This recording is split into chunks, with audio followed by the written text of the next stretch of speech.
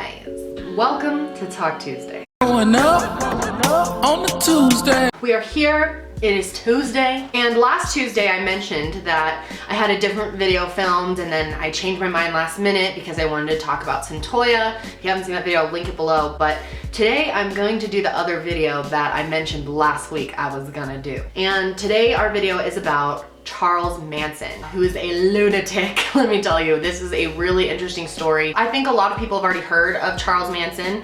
I definitely have, but I didn't know anything about the story, to be honest with you guys, before I researched for this video. Charles Manson died last weekend, November 19th.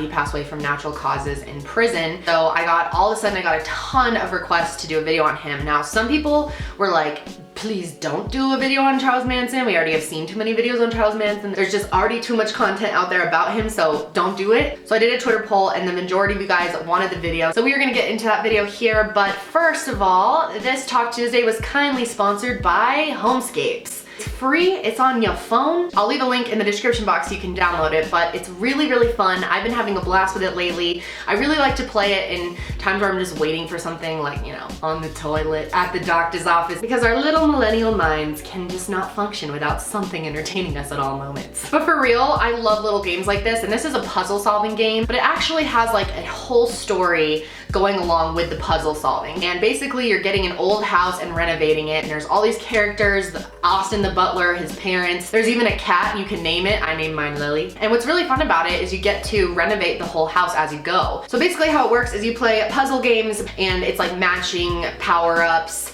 swapping, things like that, and you earn stars, and then you can use the stars to slowly renovate your house. Super fun little game. There'll be a link to download Homescapes in the description box. Moving right into it though, are you guys ready to talk about Charles Manson? So Charles Manson was born on November 12th of 1934.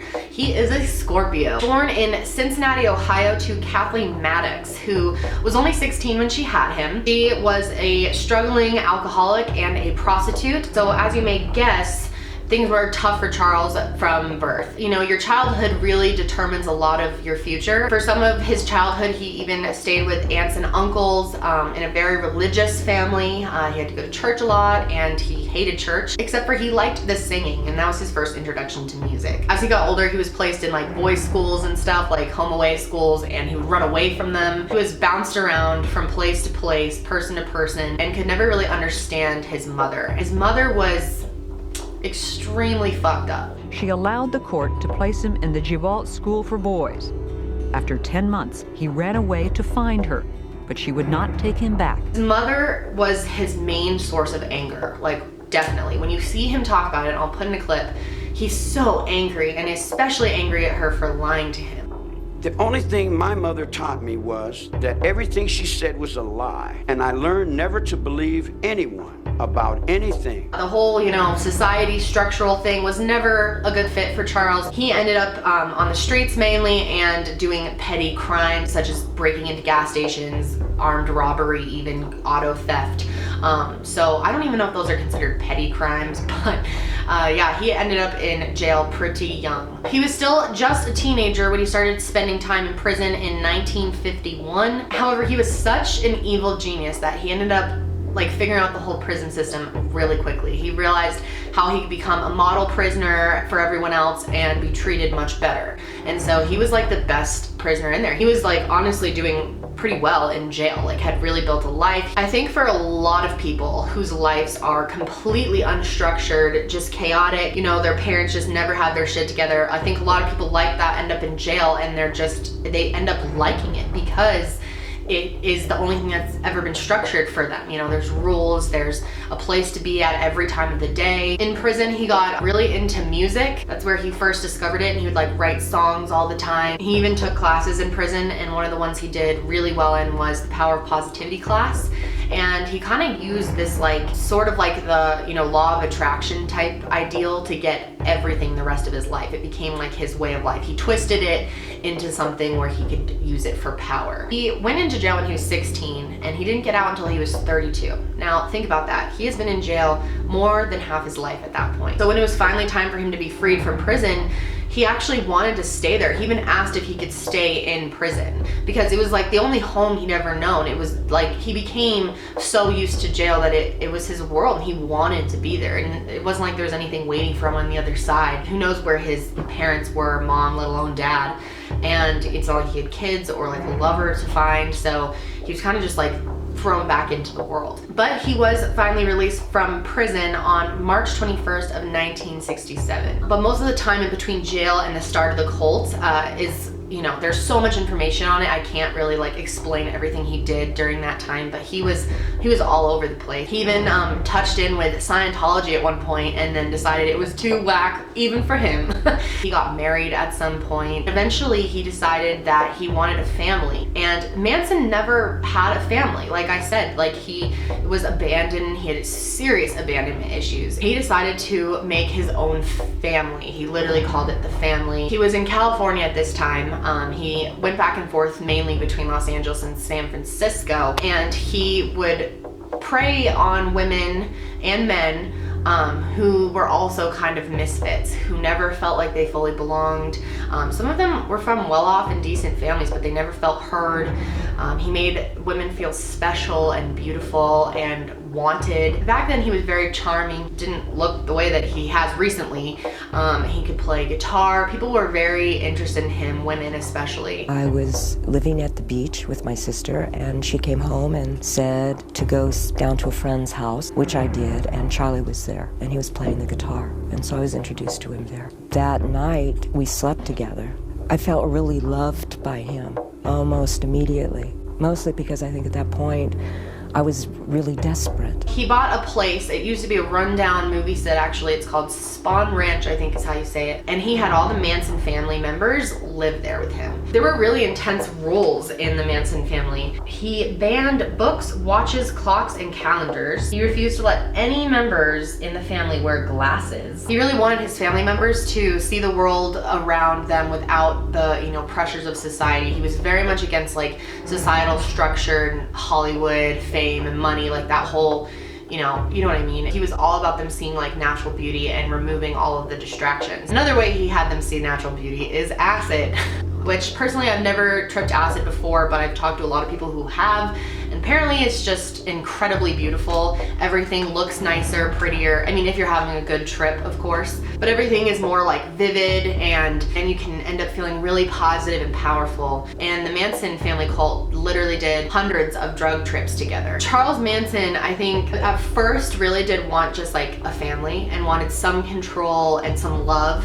you know, to fill those voids. But eventually it turned into such a power thing for him. Like he became the leader and the king of his little cult. He got obviously more extreme as time went on about that. He started developing very strange ideals and fears. He ended up with a lot of paranoia. He was really into the Beatles. In fact, the whole group was into the Beatles. If you don't know much about the Beatles, their hippie movement was like so big. It was so like on edge back then that it was like embraced by kind of the outsider group. With the Beatles, he got specifically really into the song Helter Skelter.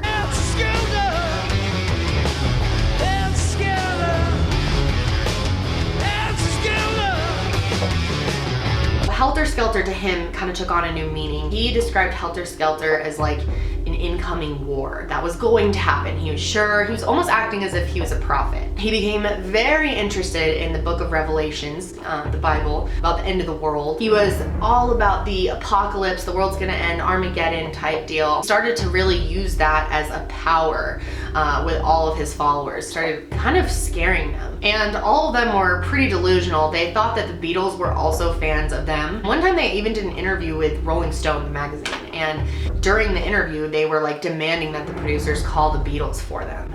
And like it was really bizarre. They really thought they had this like crazy connection to the Beatles, and that the Beatles music was all encoded with these messages like directly to them. It was super, super bizarre stuff. And they also had a very strange connection to the Beach Boys, which I don't think most people know about this. So Dennis Wilson, one of the Beach Boys members, in early 1968, Dennis invited two girls back to his house with him. The girls that he picked up were part of the Manson family, and they ended up bringing him back to Charles Manson. And Charles always wished his music, because he was very into music and he was talented, and he always wanted his music to become famous. He wanted to become a famous singer-songwriter. So when he came across Dennis Wilson, who was a successful guy with all these connections, he was very interested in him. And at first, Dennis was like super into it. He started making connections for him. They started writing music together. He introduced him to a record producer. I have learned, and I know I could never learn not to love you. Come in, now closer. And apparently they had produced an album with 10 different songs on it. They had spent tons of time together working on this album. It never went anywhere. You still can't find it to this day. And eventually Manson felt kind of betrayed or wronged by this record producer that was working on this record for them, and like freaked out and got in a fight with Dennis. When they decided it wasn't going to work out and Dennis decided to bail on the project, and at one point Manson grabbed a bullet and showed it to Dennis and said, "Every time you look at it, I want you to know how nice it is that your kids are safe." Basically threatened his whole family, and Dennis was not having any of that. He freaked out and beat the shit out of Charles Manson, dude. Wilson left, the album blew up, nothing ever happened with it. He said he never wanted to see Charles Manson or be involved in the Manson family again, and after that he refused to even talk about the whole situation. So interesting little side note there. But that is what really made Manson so angry, what like lit the fuse even more than it already was, especially with his hatred towards Hollywood and musicians and successful people and, you know, just mainstream, I guess. So obviously with him, the whole Manson family cult was angry at society with him. Whatever he was mad at, they were mad at too. And they ended up making a celebrity kill list. On the list was Frank Sinatra, Elizabeth Taylor, Tom Jones, and Stevie McQueen. And in the summer of 1969, Manson became increasingly angry and paranoid, was just slowly going more and more insane. And at one point, one of the guys that was in his group,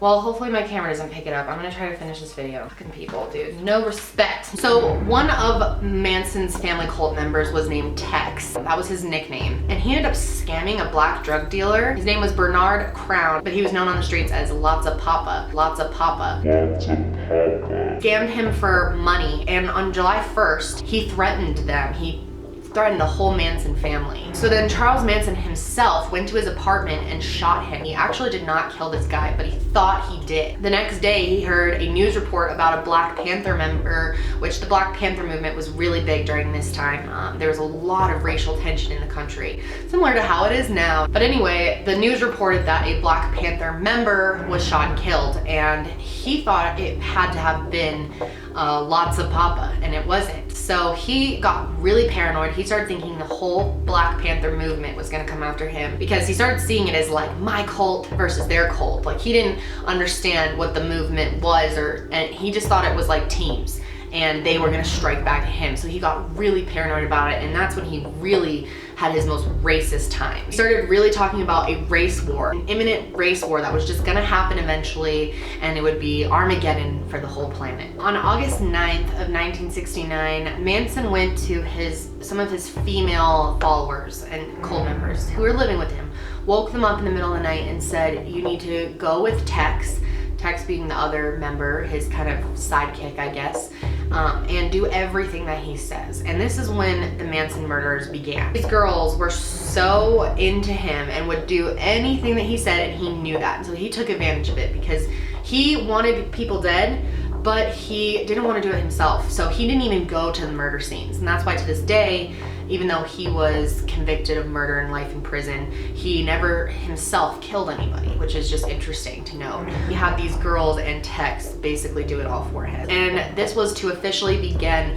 Helter Skelter. I was in the car with Tex and Linda Kasabian and Susan Atkins. And he said, do everything the text says. He gave them an address and told them to kill everyone that was there. There were 4 people at this house that night. The actress Sharon Tate, wife of movie director Roman Polanski and 8 months pregnant, was at home with her friends, the hairstylist Jay Sebring, coffee heiress Abigail Folger, and Roman's friend, Wojtek Frykowski. A young man named Stephen Parent was also on the site. All of the people at this house lost their lives that night. I don't want to get too much into the whole murder because it's very graphic, but everyone was ordered to have some part in it, even some of the girls who got freaked out. Tex Watson went onto the property first.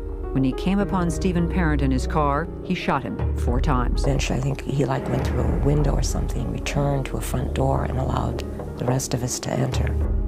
There was an attempt to tie everyone up. Abigail Folger was tied up along with the rest of them. She started trying to get away. She started to run out of the house, and one of the female cult members chased her down and stabbed her in the back like a ton of times. I ran after her with an upraised knife, and we went out through a back door out onto the lawn, and I started stabbing her. I ran her down, and I began to stab her. I remember her saying, "I'm already dead."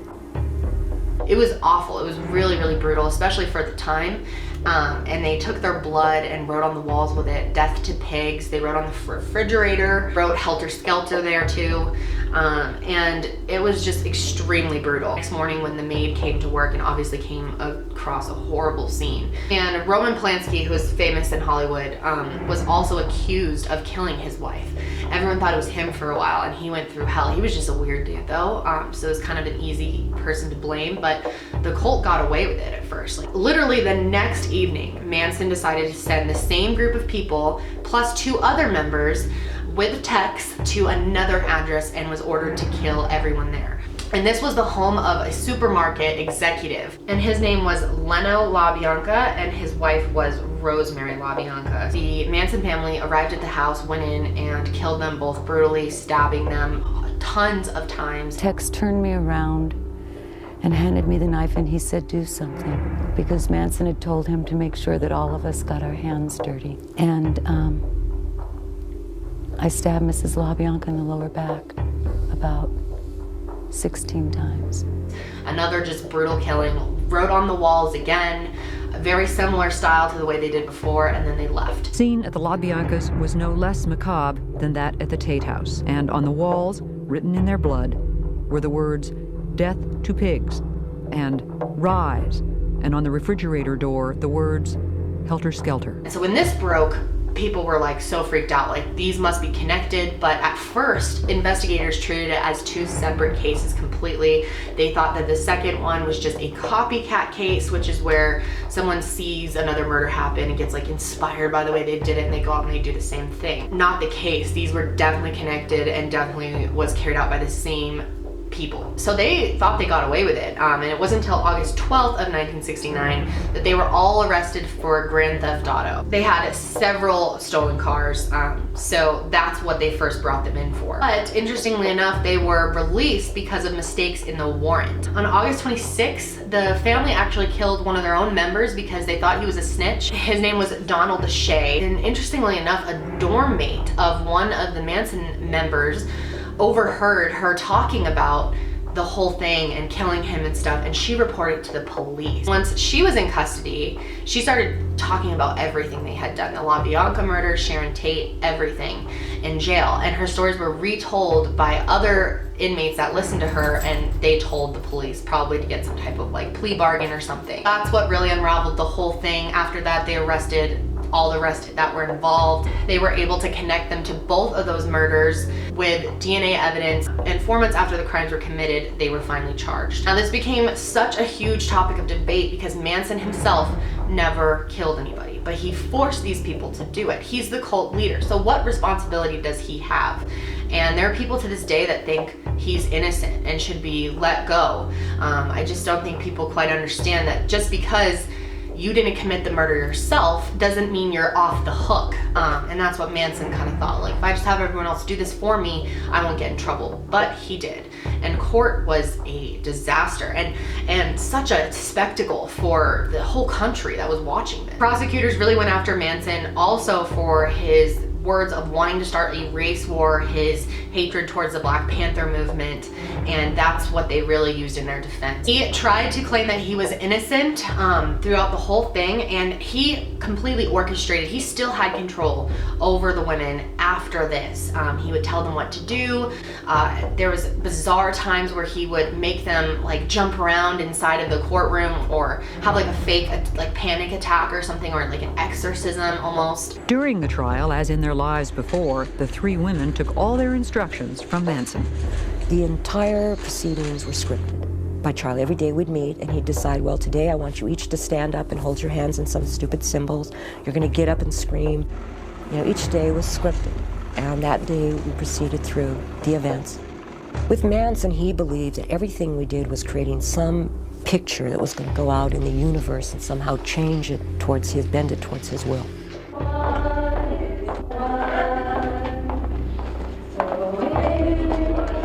He even got so angry at one time that he even launched himself 10 feet towards the judge. At one point, he decided to carve an X into his forehead to symbolize his removal from society, that he was no longer part of society, and the girls, he made the girls do it as well. They literally all carved X's into their foreheads during the trial. President Richard Nixon spoke of Charles Manson in a speech on August 3rd. Here is a man who was guilty, directly or indirectly, of 8 murders without reason.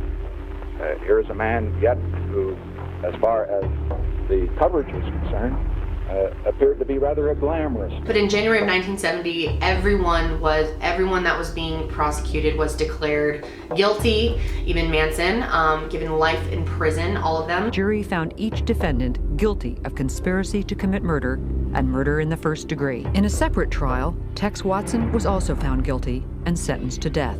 And according to U.S. court system, the Manson family killed 8 people, but there's many reasons to believe they killed a lot more than that. And there's a lot of other cases out there that they believe might have been connected to them, but they had no way to prove it. So on the record, the Manson family killed 8 people. And at first, Manson was given the death penalty, and people were really angry about this, so they actually brought it back to court, and it was eventually reduced down to life in prison. Every day I wake up and know that I'm a destroyer of the most precious thing, which is life.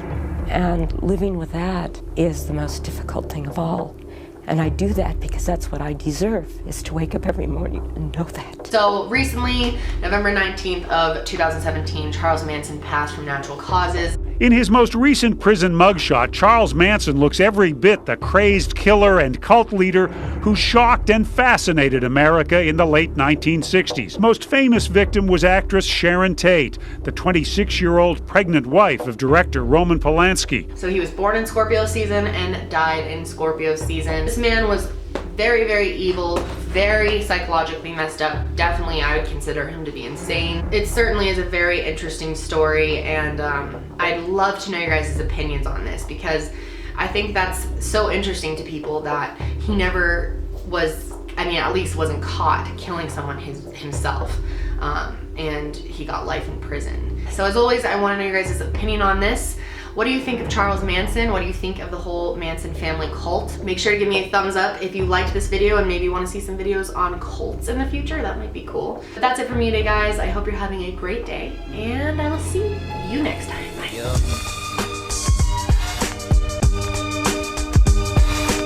As long as I